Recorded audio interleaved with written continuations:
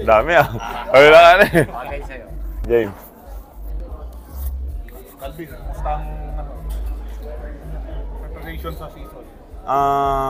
For now, dalawang beses pala ako nakapuntang ensayo eh. And di pa rin ako nakapag-ensayo. Pero nakapag-shooting, pero yun pa lang yung ginagawa ko ngayon for my recovery.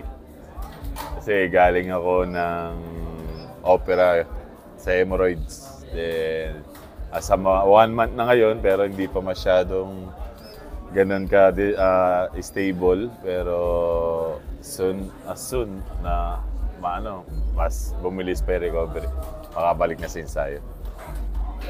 Bali lang games ka mawawala.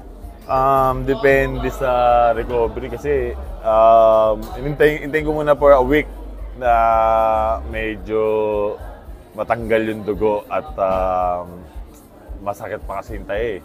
Then, maski sa pagtakbo, hirap pa ako.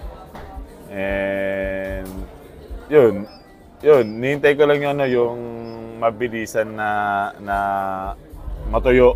And pag nangyari yun, na mabilis matuyo, for 1 week to 2 weeks, start ako ng ensayo.